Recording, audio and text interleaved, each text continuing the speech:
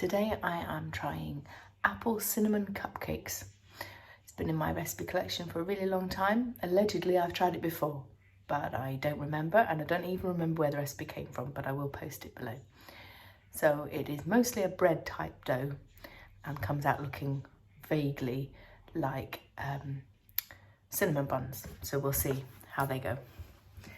So everything's in cups, which is always handy, less measuring. I'm going to start with a bowl and self-raising flour.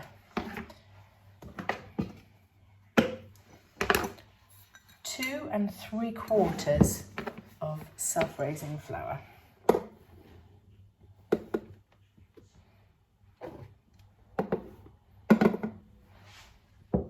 Got to start a new packet. Okay, that's the 2. And now for the 3/4.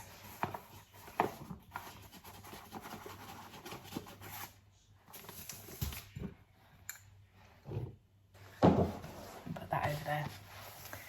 3 tablespoons of sugar. So not a lot, although there is going to be sugar in the filling portion as well. So 1,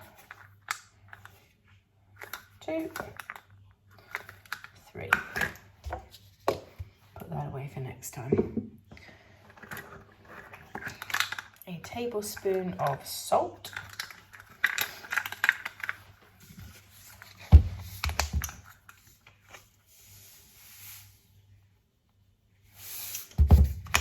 Which seems like quite a lot.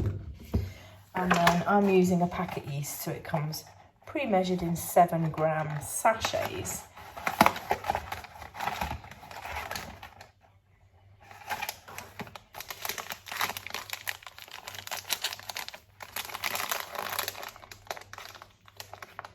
I'm not entirely sure how long I've had them either, so they definitely need using up.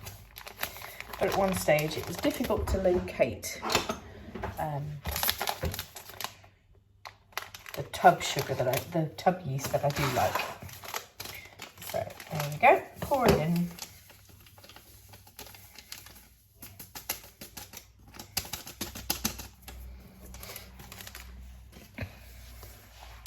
And we need 1/2 cup of water and 1/4 cup of milk. So I'll be back in a minute. So that's the dry ingredients. Now we put the wet ingredients into a bowl, and now that I have a microwave, I can microwave them all together, which is very lovely. So we are putting 2 1/2 tablespoons of butter in a bowl, which is a little bit difficult to measure. So we'll just guess at it a little bit. So that's 1.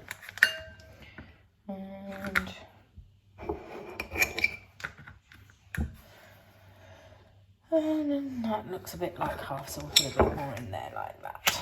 And we'll hope for the best. So that's the butter out of the way. And then I've got 1/2 cup of water.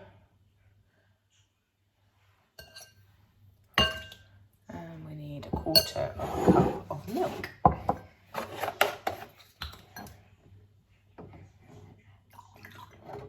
Which isn't actually a lot.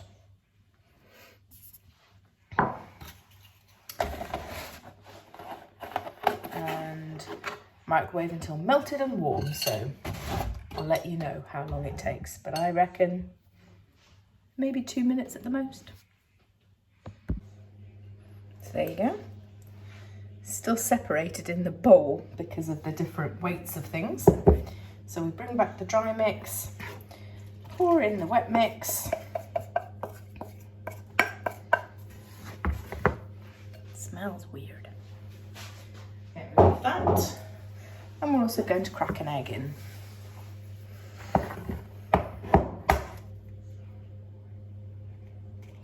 So this is the dough portion.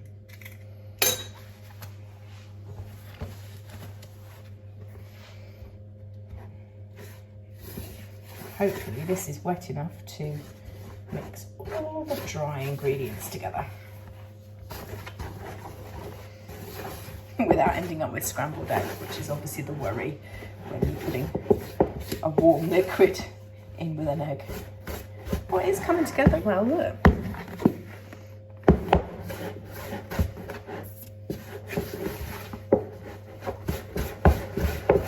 I have a vast recipe collection, and most of them are things I've never actually used. I could probably live to be 100 and never use everything. I would imagine most people who like cooking are the same. A little bit of a hoarder of recipes. Oh, it is coming together quite well now. And then we have to knead it for a little minute and then leave to rise for 10 minutes while we make the rest of it. So scrape down the bowl.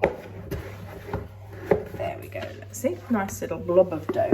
Get one of my dough scrapers.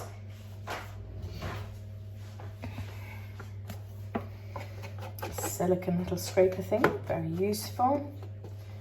There we go, put that spoon there for a minute and just give it a quick knead in the bowl, and then we'll just put it over there for 10 minutes while we make our filling. And we're back again with our nice new sharp knives, so playing with the big boys. And we're chopping up 2 apples.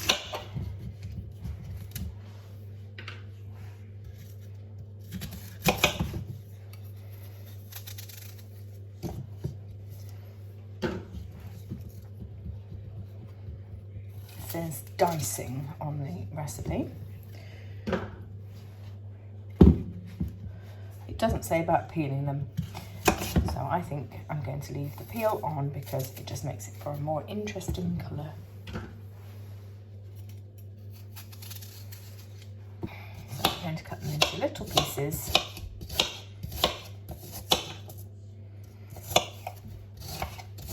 And fundamentally sprinkle them with sugar and cinnamon and a bit of butter, and then we're going to mix it all up with the dough. It's not really a cupcake, and we're sort of going for a rustic chopping. We're not really going for diced in the sense of cuboid shape.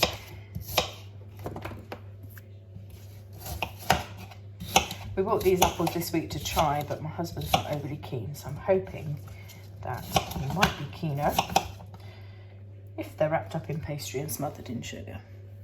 Not really the healthiest approach, but saves them going bad. And in theory, by the time you've gone through all this effort, your dough's ready for rolling out. I think it's rolling. Yeah, rolling out, just like you would if you were making cinnamon buns. Roll it out, sprinkle all the stuff on, roll it up. Last piece of apple.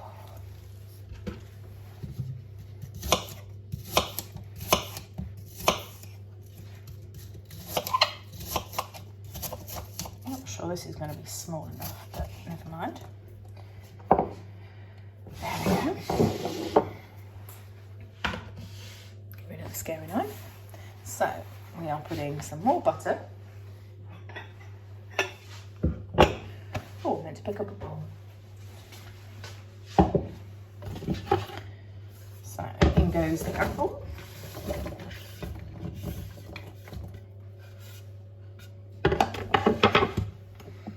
And we are putting in 1/4 cup of sugar.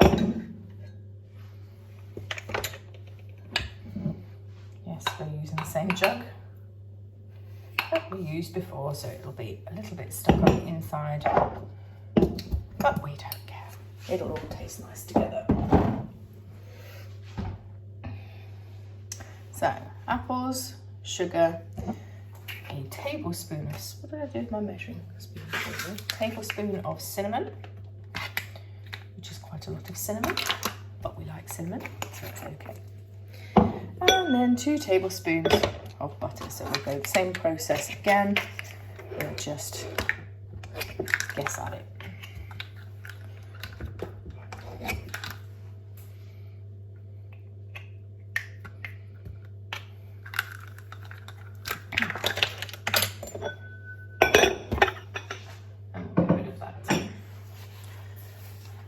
We're just mixing it together, really. So we are fundamentally creaming the butter and sugar together, but with the cinnamon and the apples in there as well for good measure. Just to make sure everything's nicely coated. Before we roll out the dough. I have to say it looks awful, but it's going to taste nice. Which is the primary point of the thing, isn't it?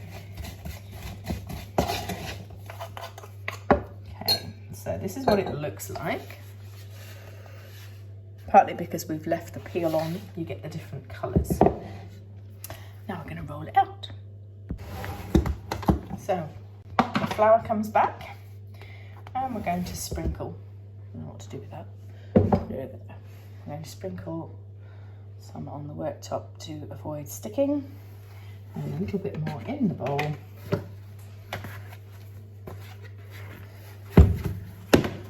Oh well, it came out really well. You never can tell with these things.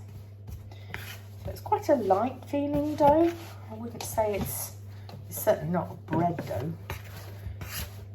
More like scones, probably. That's the sort of feel of it, quite a light thing. Right.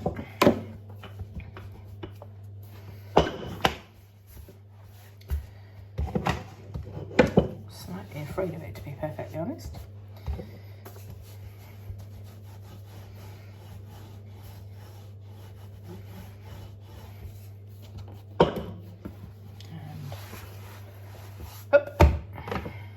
Turn regularly so that you don't end up with all of it in a funny shape.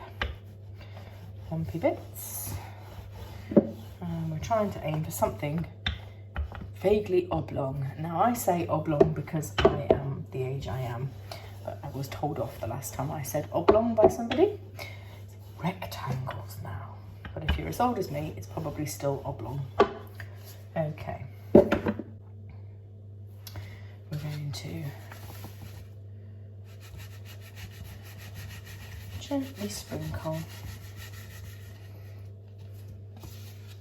Ooh. Oh, the batter's got left at the bottom. That's no good, is it? There we go. And we'll just nicely a bit of arrangement of that. And then we're going to roll it up, hopefully. We'll see how it rolls. We used to find when we did Swiss rolls at school, you know, the kind with jam in, normally falls to bits. Ooh, not doing too badly.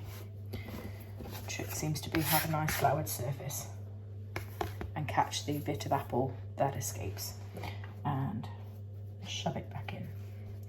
We're going for the Jamie Oliver rustic approach, not the pretty approach. At the end of the day, as long as it tastes nice. Oh, more apples are escaping. The important thing is that it tastes nice. In my house, in my opinion, and I'm the only one that's going to eat them probably, so make a nice, fairly even. Make sure your filling's all the way through. And then onto a baking tray and cook. We're cutting into 1/2 inch thick pieces, put on a baking tray and cook for 20 minutes. I'll let you see them at the end. So we're going to be a little bit more generous, I think. Of course, you've got the knobbly end that will end up doing something weird probably. And we're putting them on a greased baking tray. And I've read the instructions again, and the actual thing to do is to heat your oven up to 100 degrees and then turn the oven off. And at that point, put your cupcake things in for 20 minutes to allow them to rise in a warm place. And then after that, cook in an oven for 20 minutes at 190, which will be slightly less in my oven because my oven's quite hot. Now what do you do with that? That's not quite big enough to be 2, but it's a bit big to be 1. Watch out for escapees. So, when my oven's heated up, I will put them in for 20 minutes to warm through. See you in a bit. And this is after their 20 minutes in a turned off but warmed up oven. They've grown quite a bit. And I will show them to you after they've been cooked.